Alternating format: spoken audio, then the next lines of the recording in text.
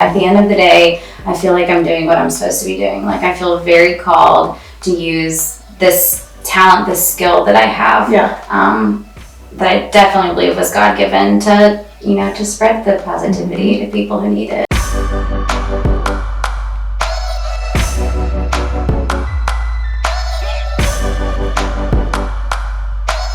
Hey friends, for this episode of Dreams and Journeys, we're going to go hang out with my friend Tierney Agricola. You may have seen her on my feed before. She works at a village gift shop in Glendale, but she also is very talented. She specializes in calligraphy, and you'll see some of her work on my truck because she actually redid my sign that hangs on my truck. So I want to go talk to her because as talented as she is, I also love why she does what she does. So we're going to go talk to her about that. Hello. Good, how are you? Just a little bit. Aw, look at this. I love it. I was like the student in high school that my teachers would compliment my handwriting and always ask me to write on the whiteboard, which is so silly back then, but it kind of carried through with me now what I'm doing. And they probably thanked you because they could actually read your answers. Read my handwriting, yes, that's very fair. That's awesome. So I want to kind of talk about how did you even get into turning this into a business? Really how it started was right after college. I graduated from the University of Tennessee, go Vols, in 2012, and I had like a rush of friends that got married. Yeah. And everyone kind of turned to me and was like, hey, what do you think about doing our place cards or, hand lettering our envelopes or doing our seating charts or whatever, which was very, very fun for me. I was very flattered. And my husband, Jeff, was finally like, hey, you're like doing all these things for free. Like, what if we monetize this a little bit? I'm like, no, like it's so hard to figure out like how to price things with friends and family. You feel like you can't, right? Especially so early on. So a few years went by and I kept doing it, and then it turned into, I would say, well, instead of getting you like a really nice wedding present, I'm going to do this labor of love and I'll do these envelopes or whatever for you. And that went on for a couple more years. And then finally my husband like put his foot down. I was like, okay, like you love doing this. Like you spend so much time doing it. It makes you so happy. What can we do? How can we take the next step and again, monetize it? Right. And that's kind of really where the dream kind of started for me. Yeah. A couple weeks before our honeymoon, I got home from work one day and he had bought me Christy Wright's Business Boutique book. Keep telling y'all about it. It's right so here. It's right here. Christy is the smartest gal in the game. Seriously. So he had bought me this book and he had written me this really sweet little note that basically said, like, I'm ready to watch you pursue your dream. I'm going to be here every step of the way. Like, let's do this. Like, I want to help you. This book is amazing. Christy has a lot of strategies on even overcoming that imposter syndrome, like business plans, business goals, how to set it all, financials, what to charge, that sort of thing. But this was really like kind of what got me inspired. But at that point in time, we were living in Nashville. I was working a full-time job, and it still felt like really out of reach. Like I still felt like, okay, is this just going to be my side hustle? I really feel like I can't do this.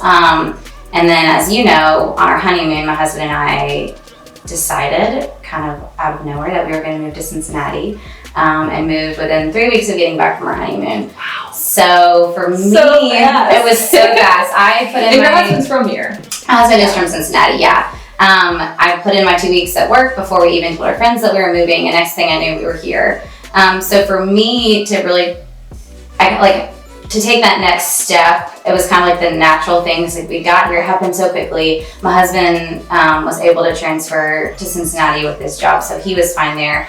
But I was working for the United Way Metro Nashville, and my job was not transferable. So I kind of got here and was like, what is next? Like, what does this look like for me? So I started an Etsy shop. I think a lot of hand letters and creatives start there. I started an Etsy shop, and I listed, it was the holiday season 2 years ago. And I listed a couple of products, and it being the holidays, they kind of took off, and next thing I knew, here we are now. Every single custom order that came through my shop, I took. I bent over backwards, I lost some money on orders that came in. I was just trying to grow my business, and it thankfully grew quickly, but I said yes to everything. And at the end of the day, like a lot of projects that I wasn't passionate about. I created a lot of things that I wouldn't hang in my office. Like, it didn't fit this aesthetic, this clean and simple. Right. But I felt like I couldn't say no. Yeah. Because I was trying to grow my business and make a name for myself. So fast forward the first year, at the beginning of this year, I really sat down after the new year and reevaluated everything. Like, looked back on my first year in business and said, what projects did I do this year that I loved? What didn't bring me so much joy? Do I want to even continue this another year? Right. What does this look like for me?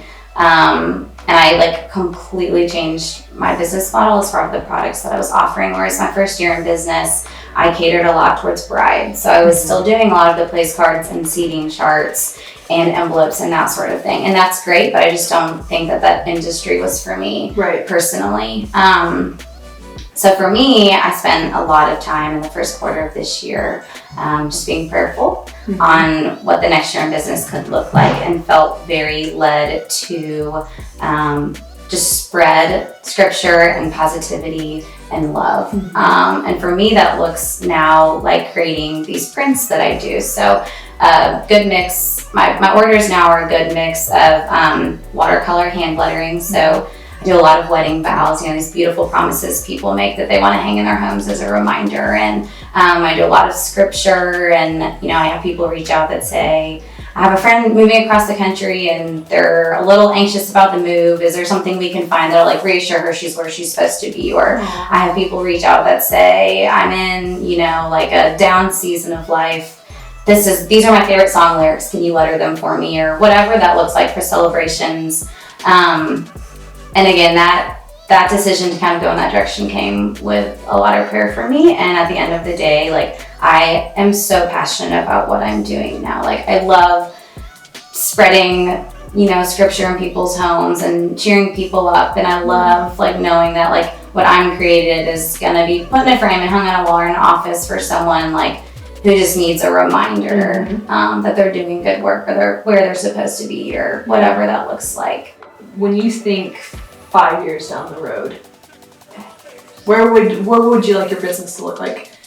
It's a great question. So of course, there are always big dreams. Yeah. So right now, I am in the process of expanding my product line. Like literally this week, we'll have to show you all. I've had a couple of new products come in. So everything I do right now is print based. So it goes in a frame and it goes on the walls. Right now, I'm diving into the idea that there are other ways that I can like spread these messages with like home decor pieces, so mugs and tea towels. And so I would love to expand that part of my business for sure. I would love to get into some retail shops. That is like 5 years down the road. Like, I would love to walk into my favorite little boutiques and like OTR and you know what I mean, like my stuff be in there. That would be like the ultimate goal. So we'll see, one day at a time. One day at a time. What advice do you have for anybody who is kind of sitting in that phase right now, or that season of life of like, I know what I'm good at, but like, how do I gain the confidence to make it more than just a hobby? You just have to start. Like, you have to start somewhere. Like, you're gonna look down the road in 6 months and just wish you had put that listing on Etsy, or had gone and set up at a local vendor fair or whatever that looks like. Like, you have to start. Like, you have to be confident in like the skills that you've been given, and you just have to start somewhere. Somebody needs what you got. Like, somebody out there needs and is looking for whatever you have to provide, whatever it is that you're good at. Exactly. For sure, always. It's just finding out what that is. And where can people find you? Oh yeah, so I'm on Instagram at Agricola Creative.